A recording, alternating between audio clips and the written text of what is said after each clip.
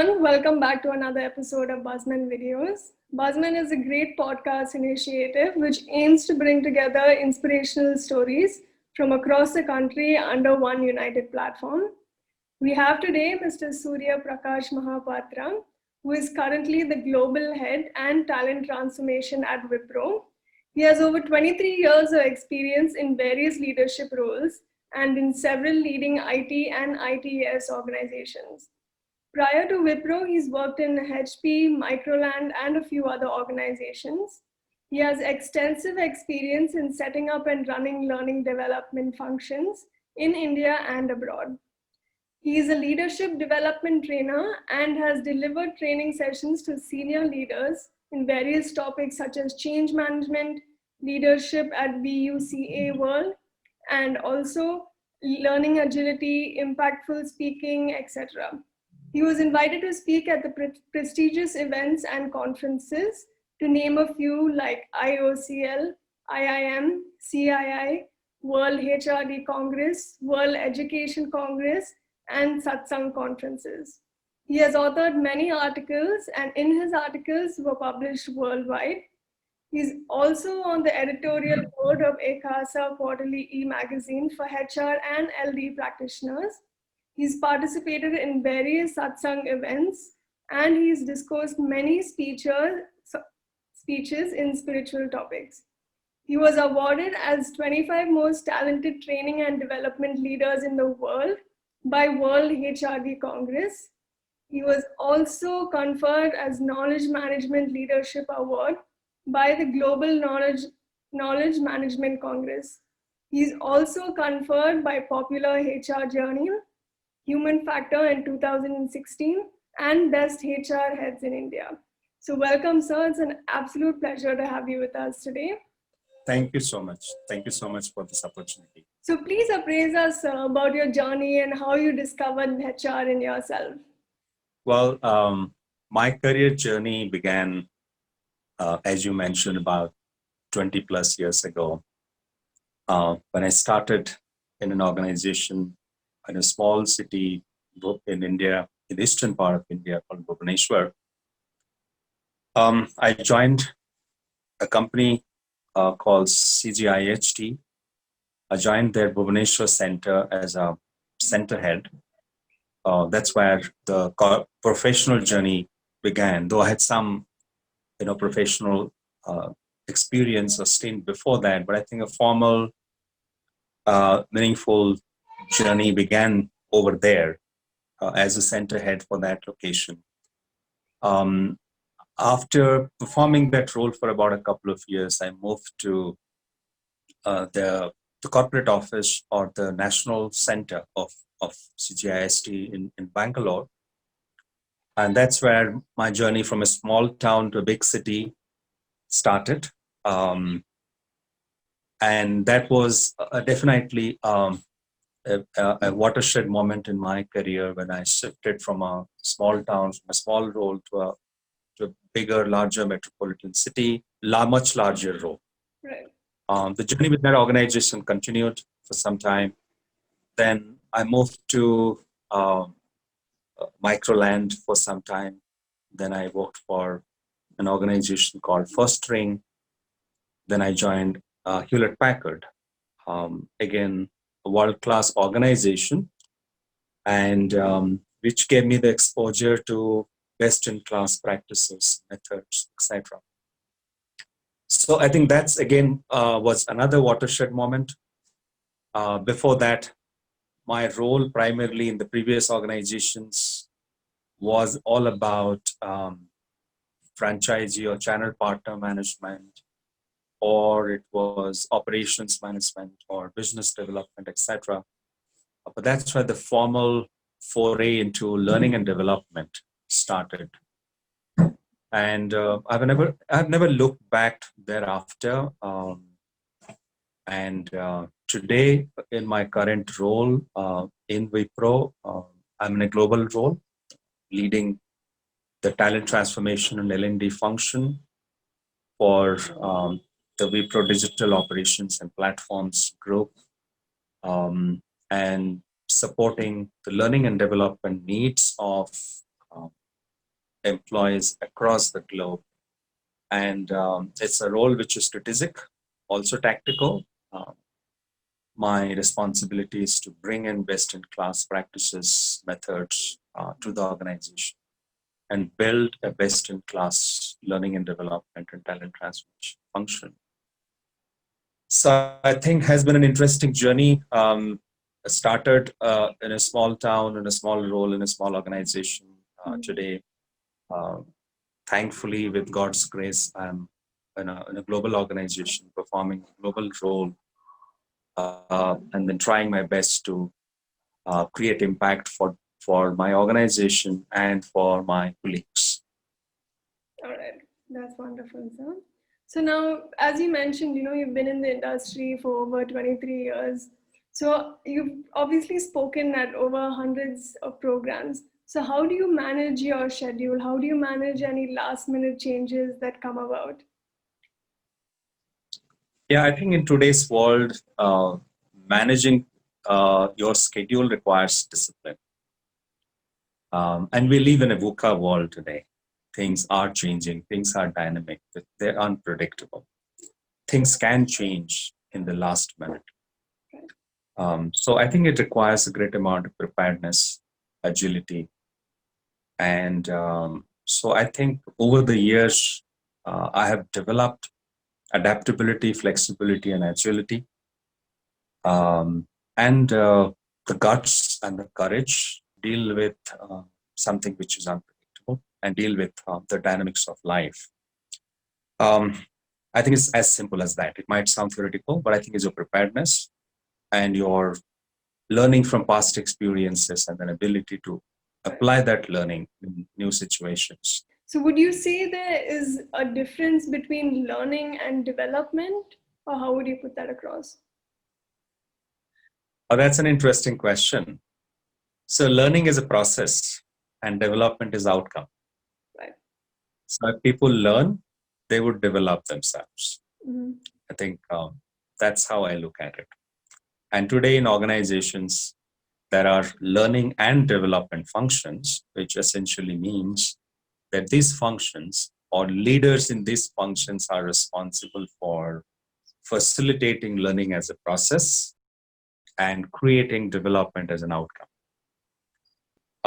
This is a major shift from the past where this function used to be called training and development. But the world has changed. The world in the past centered around the trainer, but today the world has shifted to the learner. The learner is at the center stage. The learner drives his or her own learning. It's the L&D practitioner whose responsibility is to facilitate that learning, create that ecosystem where learners can learn on their own or learn from their peers and then their colleagues. They need to provide the right conditions where learning can happen seamlessly. I think that's a major shift that has happened in this function and in the industry over the last few years. All right. Now, would you say, do you think money has become a major reason for, attribution or employee engagement? And also, does job enrichment play a major role in retaining an employee? Well, money is never an outcome. Money is not a goal. Money is a tool to achieve things that you want to achieve in life, whether it is success, career progress, whether it is philanthropic ambitions or whatever it is. So money cannot be the primary reason for people to go after. So that's why I don't believe that money is the primary reason why people leave organizations. But sometimes who wrongly look at money as their primary goal often do that. Maybe people in the early stages of their career where they believe that is important to earn money, become richer, and then enjoy a very comfortable life. They go after money and then they change jobs, etc. But they realize very soon that money cannot give you everything that you need. And you also cannot go after money all the time unless you build your competencies, skills, and capability. Why would an organization pay you money? They would pay you money for the value they create. So I definitely agree and believe that job enrichment is important. So job enrichment is about the nature of work that you do, which bring out the best in you. It's about the opportunities that you have for learning and building capabilities. There have been loads of research in this area, and some research findings tell us that across the globe, more than 50% of the workforce, more than 50% of employees leave organizations because they do not get opportunities to learn new things and build new capabilities. They don't see career progression there. All right. So now, would you say, that qualifications are the only requirements to get a job? Or would you say a right attitude is also required for job enrichment and a successful career? Well, in today's world, more than qualification, what matters is skills. Skills are more important than qualification. Right. And there are at least 15 or 20 world-class global organizations have already announced that they are not going to look at qualification in their selection process. Google is one example. They have announced that they're not going to look at qualification anymore because they have not seen any linkage between qualification and performance in the real world. So is qualification extremely important? It is important. It sometimes gets you an entry. It sometimes puts you on the door, but walking inside the door and then making progress is up to you. So while qualification is important to some extent, but skills are more important, or holistic capability is more important. And when I talk about holistic capability, that of course includes knowledge, skills, and attitude. All right. Okay. So it's all the three. All right. So now, as we see over the last few years, there's a lot of importance that's been given to stress management and work-life balance, also employees' health. So would you say there's a paradigm shift in the approach of work due to that? Of course, there is a paradigm shift. If you compare the manufacturing age or the agriculture age, and then we move to the manufacturing age, then we move to information age.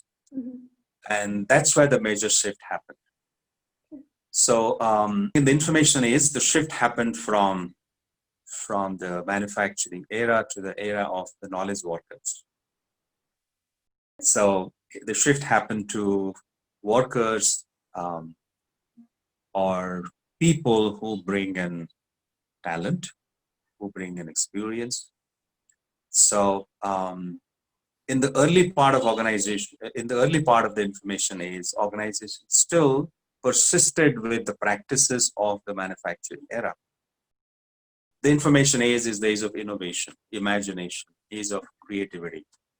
And that's how the shift happened from materials, assets, buildings to people.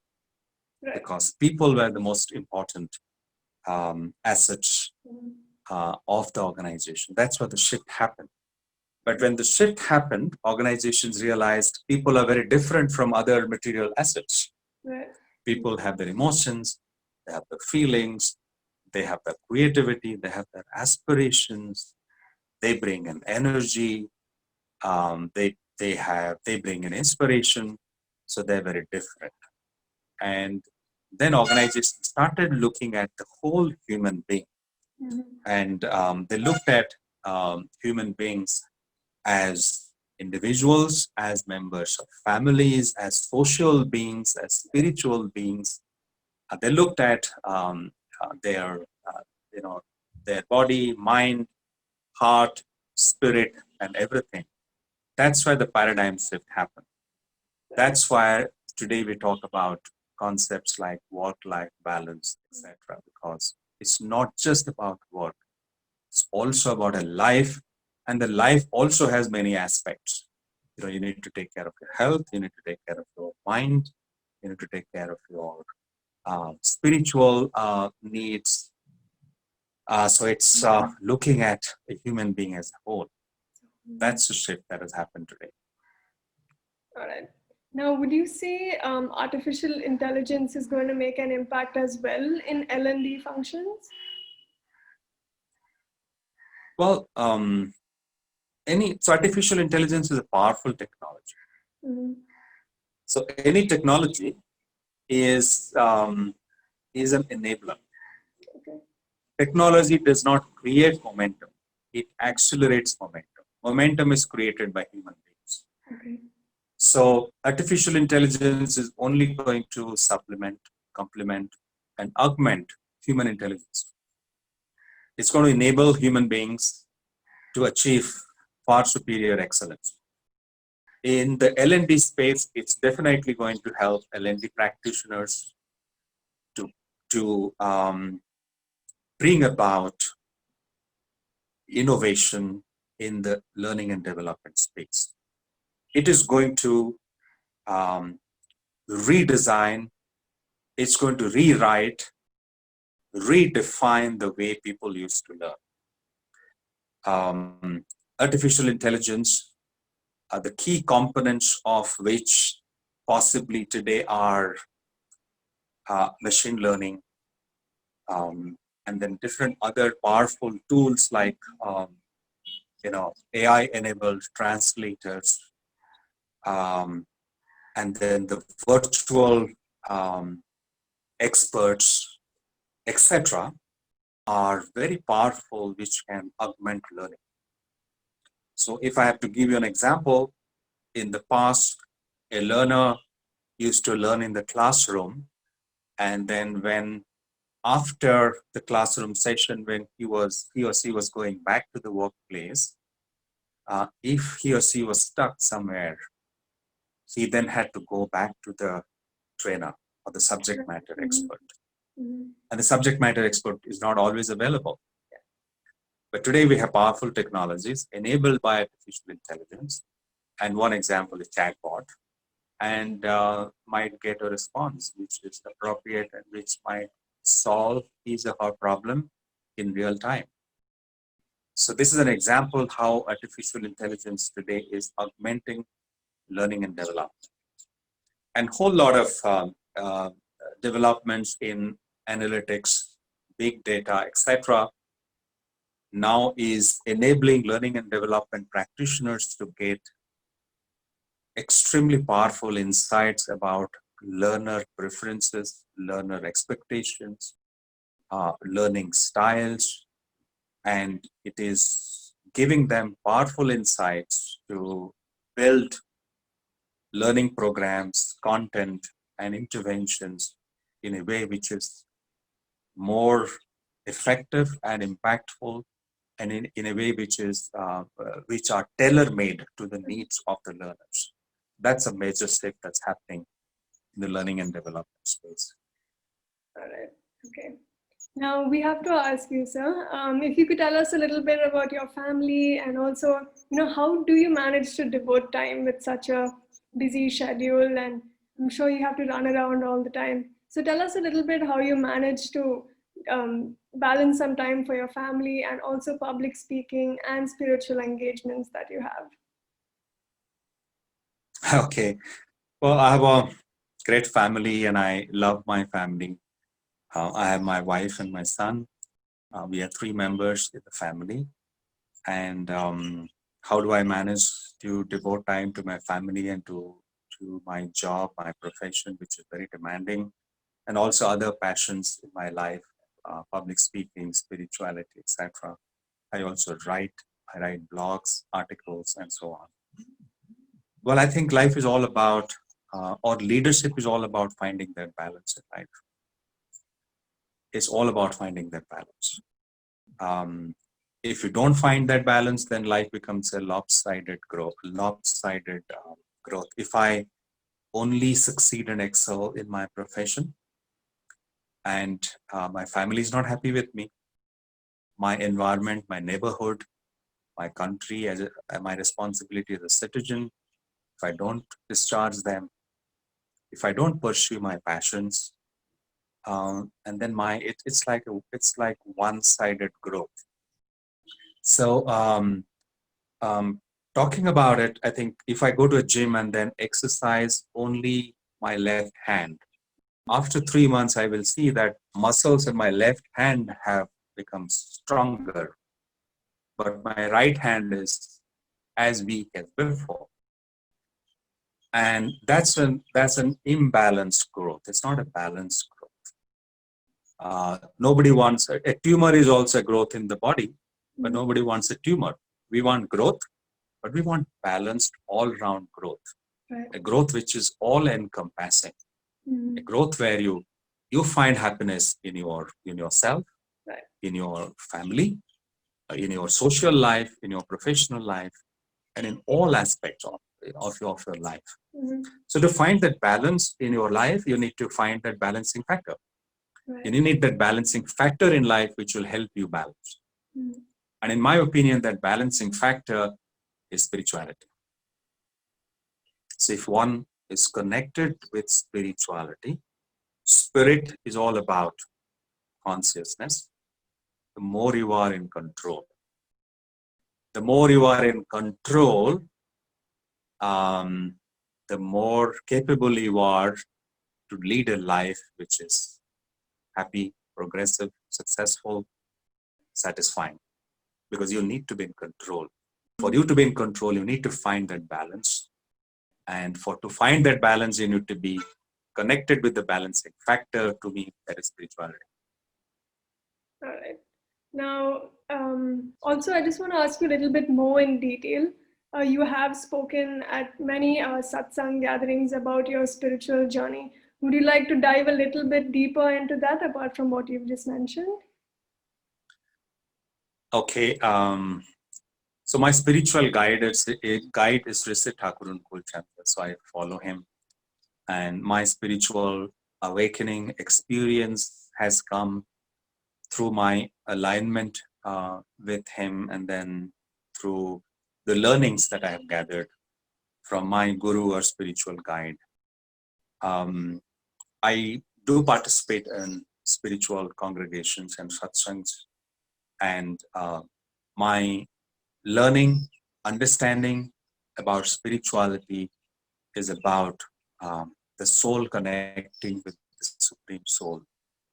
Your consciousness getting connected with the all-pervasive, all-encompassing Supreme Consciousness.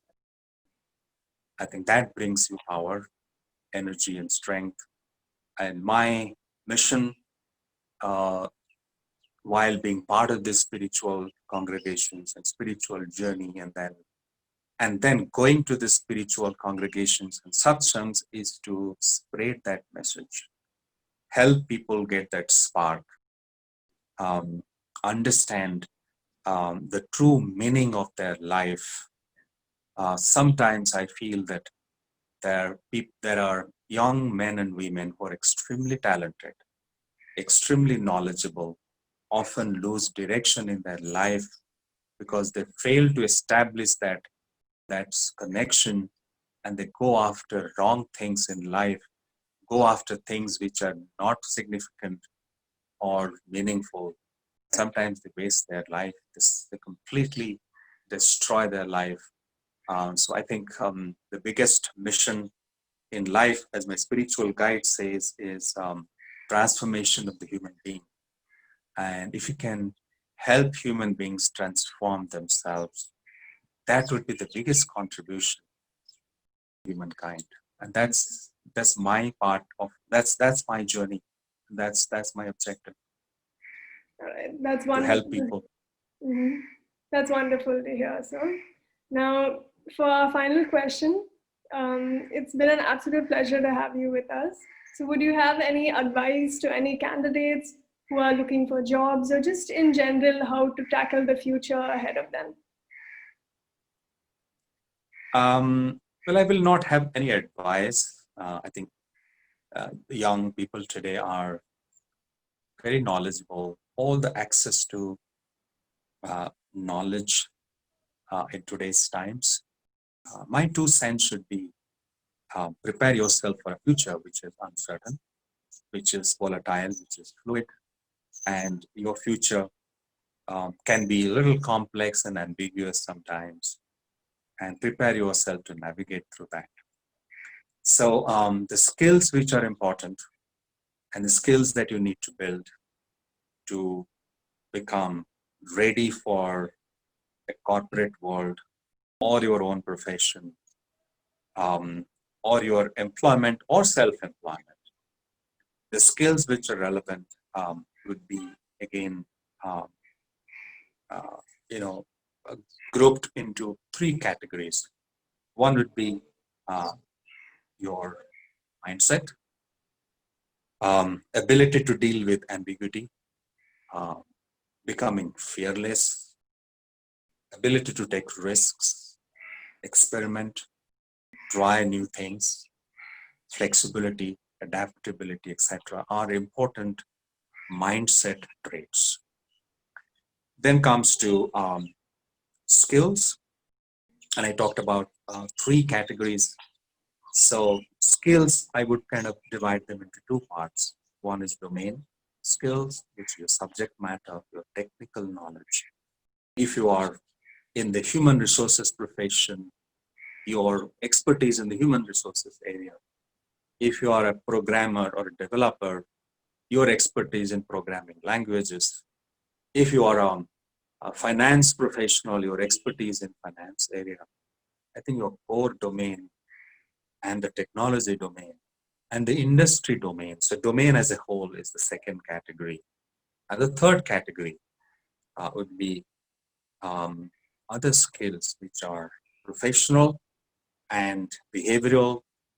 And those skills should be problem solving skills, negotiation skills, influencing skills, communication skills.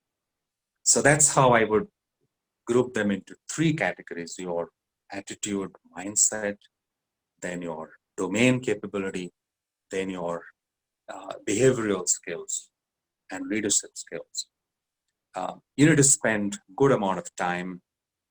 Don't worry about the future. Don't worry about which industry and where you'll find a job, etc. Focus on the skills. I talked about some relevant, important skills. And let me just speak of one example: problem-solving skills. No matter which industry you are in, which job that you are performing, that's a very vital skill. And today, your domain may become obsolete. New technology may come. Your knowledge on technology might become obsolete. But if you're a problem solver, you'll be required all the time. If your manager, if your organization knows that you have the appetite to solve problems, they would not like to lose you. So if you pick up these skills and then develop your holistic development, work on your holistic development, you are in a situation going to future-proof yourself and your career. So these are my 2 cents to youngsters today. All right. All right. So once again, it's been an absolute pleasure to have you with us. Thank you so much for sharing your story. Thank you very much. It was a pleasure talking to you, and then you really asked thought-provoking questions. I'm sure anyone watching this would get a lot of insight and a lot of tips that they can use for their journey continuing forward. So once again, thank you to all our viewers and thank you to yourself, sir. And stay tuned, everybody, for more inspirational stories coming to you from Buzmen videos. Thank you.